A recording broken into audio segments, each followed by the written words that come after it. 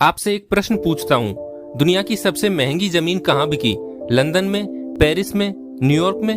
उत्तर है भारत के पंजाब राज्य में, जहाँ मुगलों के दीवान टोडरमल जी जैन ने मुगलों से ही सिखों के 10वें गुरु गोविंद सिंह जी के लिए 4 गज भूमि 780 किलो सोना 780 किलो सोना मतलब 400 करोड़ रुपए में खरीदी।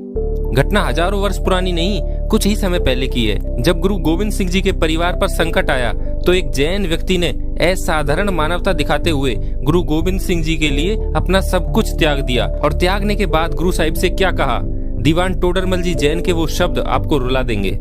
इस अद्भुत मानवता ने दीवान टोडरमल जी जैन को सिखों के इतिहास में अमर कर दिया। लेकिन उस समय गुरु साहिब के परिवार पर ऐसा क्या संकट आया कि टोडरमल जी जैन ने जैन होते हुए अपना सब कुछ मानवता के लिए न्यौछावर कर दिया? क्यों उन्होंने मुगलों से 4 गज भूमि 400 करोड़ में खरीदी थी? पूरा जानने के लिए इस वीडियो को अंत तक देखते रहें। तो चलिए इस वीडियो में आगे बढ़ते हैं। सिखों के 10वें गुरु गोविंद सिंह जी का परिवार आनंदपुर साहिब त्यागने के बाद सरसा नदी के किनारे बिछड़ गया। गुरु गोविंद सिंह अलग हो गए और उनकी माता गुजरी माता सहित दोनों बेटे बाबा जोरावर सिंह व बाबा फतेह सिंह अलग हो गए। उस समय उनके दोनों साहिबजादों की उम्र मात्र 9 वर्ष व 6 वर्ष थी। गुरु साहिब से बिछड़ने के बाद माता गुजरी व दोनों साहिबजादों को उनका नौकर गंगू अपने गांव ले गया।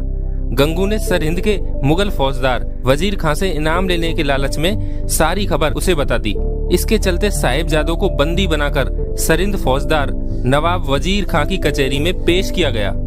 नवाब ने उन पर इस्लाम कबूल करने का जोर बनाया, लेकिन गुरु गोविंद सिंह जी के छोटे साहिबजादे बाबा जोरावर सिंह व बाबा फतेह सिंह ने इस्लाम नहीं कबूलते हुए शहीद होना ठीक समझा।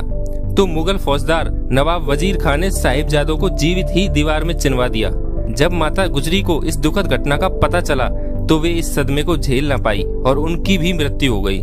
माता गुजरी व दोनों साहिबजादों के पार्थिव शरीर के दाह संस्कार करने के लिए वहाँ कोई नहीं था। गुरु परिवार पर इतने संकट के बावजूद हर किसी ने मुगलों के डर से स्वयं को पीछे हटा लिया।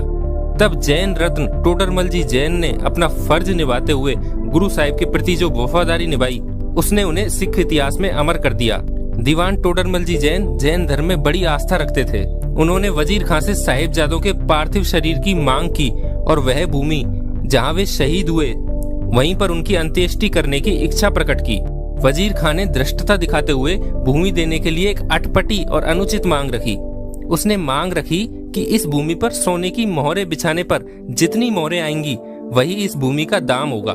दीवान टोडरमल ने अपने सब भंडार खाली करके जब मोहरें भूमि पर बिछानी शुरू की तो वजीर खां ने धृष्टता की पराकाष्ठा पार करते हुए कहा कि मोहरें बिछाकर नहीं बल्कि खड़ी करके वर्टिकली रखी जाएं, ताकि अधिक से अधिक मोहरें वसूली जा सकें। खैर, दीवान साहब ने अपना सब कुछ बेच बाच कर और मोहरें इकट्ठी की और 78,000 सोने की मोहरें देकर 4 गज भूमि को खरीदा, ताकि गुरुजी के साहिबजादों का अंतिम संस्कार वहां किया जा सके।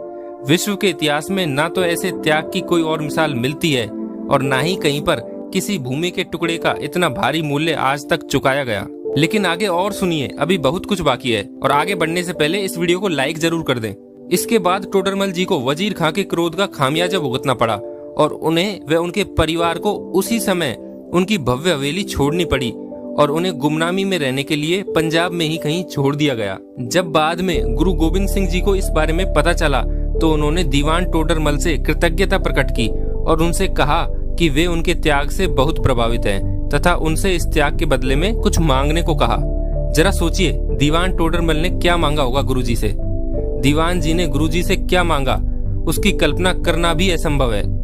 दीवान टोडरमल जी ने गुरु साहिब से कहा कि यदि कुछ देना ही चाहते हैं तो कुछ ऐसा कर दीजिए कि मेरे घर पे कोई पुत्र न जन्म ले और मेरी वंशावली वहीं मेरे साथ ही समाप्त हो जाए।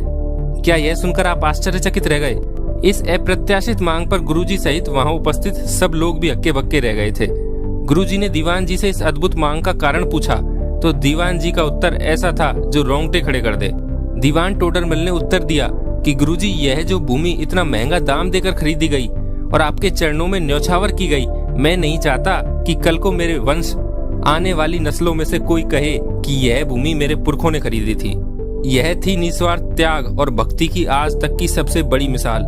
आज किसी धार्मिक स्थल पर 4 ईंट लगवाने पर भी लोग अपने नाम की पट्टी पहले लगवाते हैं। एक पंखा तक लगवाने पर उसके पंखड़ियों पर अपने नाम छपवाते हैं। इस पूरी घटना से यह पता चलता है कि जैन समाज अपने से अन्य धर्म और धार्मिकों के प्रति कितनी उदार दृष्टि रखता आया है। जैनों द्वारा इस प्रकार की धार्मिक सहिष्णुता के हजारों किस्से हैं। आज सिर्फ आवश्यकता है उन महान किस्सों व कार्यों को उजागर करने की।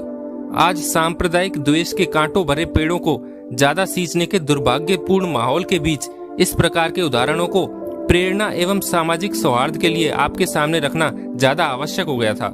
मित्रों, आप भी एक काम कीजिए, इस वीडियो को अपने सभी जैन ग्रुप्स व मित्रों के साथ शेयर करें। और ये वीडियो आपको कैसी लगी नीचे कमेंट करके बताइए। और यदि ये वीडियो आपको अच्छी लगी तो इस वीडियो को लाइक करके ऐसी ही जैन धर्म से जुड़ी वीडियो देखने के लिए मेरे चैनल सब्सक्राइब कर लें। धन्यवाद।